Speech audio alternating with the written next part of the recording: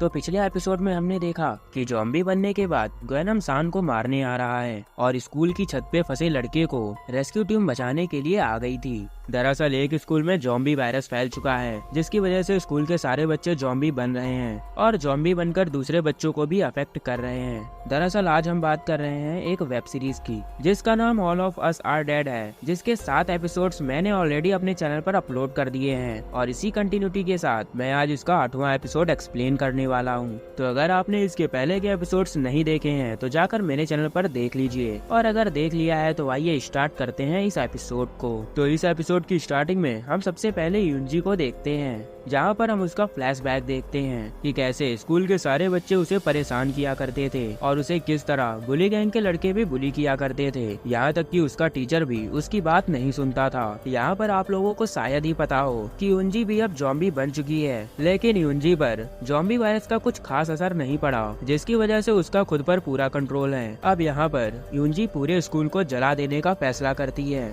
इसीलिए अब वो एक पेपर में आग लगाती है, लेकिन तुरंत ही सीन शिफ्ट हो जाता है नामरा की तरफ, जो खुद भी ज़ॉम्बी वायरस से अफेक्टेड हो चुकी है। लेकिन यहाँ पर उसका भी अपनी पावर पर पूरा कंट्रोल था, इसीलिए वो अपनी पावर का यूज अपने दोस्तों को बचाने के लिए करती है, यानी कि वो गवेनम से फाइट करती है और उसे वहाँ से नीचे फेंक देती है। इधर छत पे खड़े लड़के ने अभी तक नीचे का दरवाजा नहीं खोला था और अकेले ही रेस्क्यू टीम के साथ यहाँ से जाने लगता है। दूसरी तरफ युनजी ने आग लगा दी थी, जिसकी वजह से फायर अलार्म बजने लगता है और पानी गिरने लगता है, जिसकी वजह से जल रहे ज़ॉम्बीज की भी आग बुझने लगती है। इधर फायर अलार्म बजने की वजह से इमरजेंसी एग्जिट भी खुल जाता है, जिसकी वजह से सीढ़ियों पे फंसे बच्चे भी छत पर आ जाते हैं, लेकिन उनको ऊपर आने में थोड़ी देर हो चुकी थी और हेलीकॉप्टर भी अब वहाँ से जा चुके थे। ये बच्चे हेलीकॉप्टर को जोर जोर से आवाज देते हैं और उन्हें इशारा करके उनसे खुद को रेस्क्यू करने के लिए कहते हैं, लेकिन हेलीकॉप्टर में बैठा कोई भी आदमी उन्हें नहीं देख पाता और इन सारे बच्चों की आंखों के सामने ही हेलीकॉप्टर वहां से चला जाता है। अब इधर युनजी स्कूल में आग लगाने के बाद साइकिल पर बैठकर वहां से चली जाती है। इधर सियोक सान से कहता है कि क्या तुमने गवेनम और युनजी को नोटिस किया, क्योंकि वो दोनों ही ज़ॉम्बी वायरस से अफेक्टेड हैं, लेकिन उनका खुद पर पूरा कंट्रोल है। नामरा भी नॉर्मल लोगों की तरह ही बिहेव कर रही है, जबकि वो भी ज़ॉम्बी वायरस से अफेक्ट हो चुकी है। सान कहता है कि हमें नामरा को खुद से दूर कर देना चाहिए, क्योंकि नामरा पता नहीं कब ज़ॉम्बी बन जाए और ज़ॉम्बी बनने के बाद नामरा हम लोगों के लिए मुसीबत बन सकती है। लेकिन सियोक सान को मना कर देता है और कहता है कि मैं नामरा को कहीं नहीं जाने दूंगा। इसके बाद सीन शिफ्ट होता है आर्चरी रूम में, जहाँ पर ये लोग यहाँ से भागने की प्लानिंग कर रहे थे, लेकिन इनमें से एक लड़का बीमार था जो खुद चल भी नहीं सकता था। तभी ये लोग डिसाइड करते हैं कि हम लोग छत पर चले जाएंगे, लेकिन छत पर भी जाने के लिए उन्हें सीढ़ियों की मदद लेनी होगी और ये लोग बाहर नहीं जा सकते क्योंकि बाहर बहुत सारे ज़ॉम्बीज हैं। अब फिर से सीन शिफ्ट होता है छत पर, जहाँ पर ये लोग हेल्प के लिए SOS का साइन बनाने लगते हैं। इसके बाद हमें मिस्टर ली की डॉक्यूमेंट्री दिखाई जाती है, जहाँ पर वो बताते हैं कि ज़ॉम्बी वायरस से अफेक्ट होने के बाद जैसे जैसे दिन बढ़ते जाते हैं वैसे वैसे इन ज़ॉम्बीज के नेचर में भी चेंजेस आने लगते हैं। अब हम उसी डिटेक्टिव को देखते हैं जो उस ब्लॉगर के साथ वहीं पर फंस गया था। यहाँ डिटेक्टिव के साथ जो पुलिस वाला था वो तो गाड़ी लेकर यहाँ से भाग गया था और बेचारा डिटेक्टिव उस ब्लॉगर को बचाने के चक्कर में यहीं फंस गया। डिटेक्टिव उस ब्लॉगर को मारता है और कहता है क्या तुम पागल हो गए हो, क्या यहाँ कोई सेलिब्रिटीज आए हुए थे जो तुम उन्हें देखने चले आए और वीडियोस बनाने लगे। और डिटेक्टिव उससे ये भी कहता है कि अगर तुम्हारी जगह पर मेरा भाई होता तो मैं उन ज़ॉम्बीज से पहले उसे खुद ही मार देता। अब ये सुनकर ब्लॉगर बताता है कि जितने भी मीडिया वाले और रिपोर्टर्स हैं वो बस अफवाहें फैलाते हैं, असली सच तो ब्लॉगर्स बताते हैं जो खुद उसी माहौल में जाकर उनकी वीडियोस बनाकर शेयर करते हैं। इसके बाद ये लोग यहाँ से निकलने की प्लानिंग बनाते हैं, लेकिन इनके आसपास कई सारे ज़ॉम्बीज थे जिनसे बचना मुश्किल था।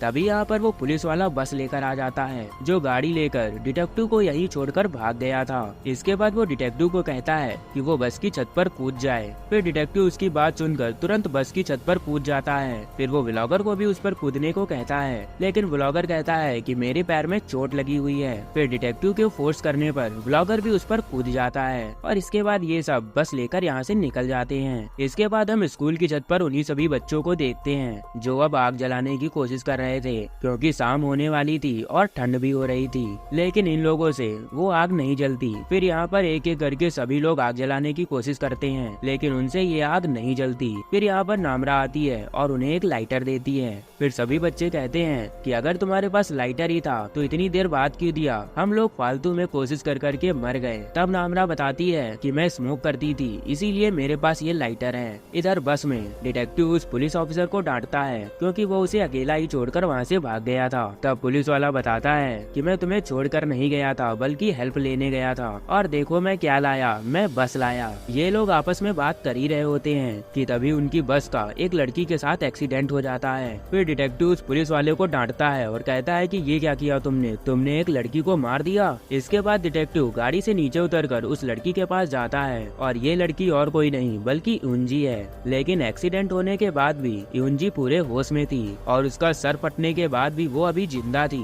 तभी यहाँ पर मिलिट्री फोर्स आ जाती है जो इनके ऊपर गोलियां चलाने लगती है। फिर डिटेक्टिव जैसे तैसे उन्हें रोकता है और अपना बैच दिखाता है कि मैं भी पुलिस डिटेक्टिव हूँ, मुझे कुछ मत करो। इधर आर्चरी रूम में ये दोनों एथलीट्स प्रैक्टिस कर रही थी और आपस में बातें भी करती हैं। अब मिजनेस की बातों से पता चल रहा था कि वो एथलीट्स का मैच हार चुकी है और इसीलिए वो काफी परेशान भी है।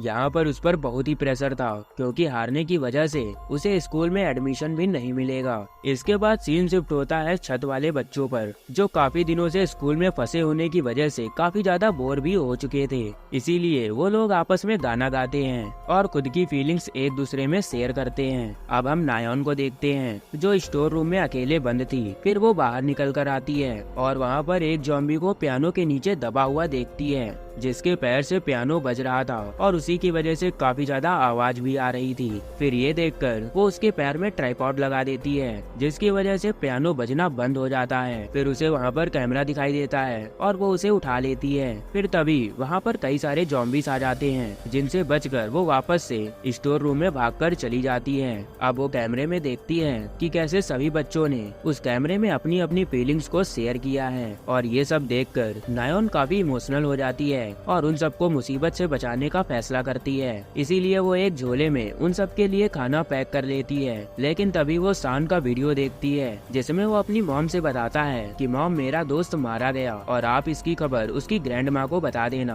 दरअसल सान का दोस्त भी ज़ॉम्बी बन चुका है और वो नायोन की वजह से ही ज़ॉम्बी बना था। और अगर आप लोगों को ये सब नहीं पता है तो आप इस वेब सीरीज का फर्स्ट या सेकंड एपिसोड देख सकते हैं, जिसमें नायोन के पीछे की पूरी कहानी है। अब देखते ही देखते नायोन को वो सब भी याद आने लगता है कि कैसे सारे बच्चों ने उसे धुतकारा था और क्लासरूम से बाहर भगा दिया था। अब ये सब याद आने के बाद वो फिर से गुस्सा हो जाती है, इसीलिए वो खाने की थैली फेंक देती है। इधर छत पे सभी लोग अपनी मन की बात शेयर कर रहे थे। तभी नामरा से पूछा जाता है कि तुमने स्मोक करना कब स्टार्ट कर दिया। तब नामरा बताती है कि मैंने क्लास 8th से ही स्मोक करना स्टार्ट कर दिया था, क्योंकि उस टाइम पर मेरा कोई भी फ्रेंड नहीं हुआ करता था और मैं बहुत ही अकेली थी, इसीलिए मुझे धीरे धीरे स्मोक करने की लत लग गई। अब फिर से हम नायोन को देखते हैं, जिसका हमें फ्लैशबैक दिखाया जाता है कि जब वो क्लासरूम से भागी थी और उसके पीछे उसे बचाने के लिए क्लास टीचर भागी थी। तभी दोनों ज़ॉम्बीज से बचते हुए बहुत ही आगे चले गए थे। तभी वहाँ पर उन्हें ग्योन्सू मिल जाता है जो सान का फ्रेंड था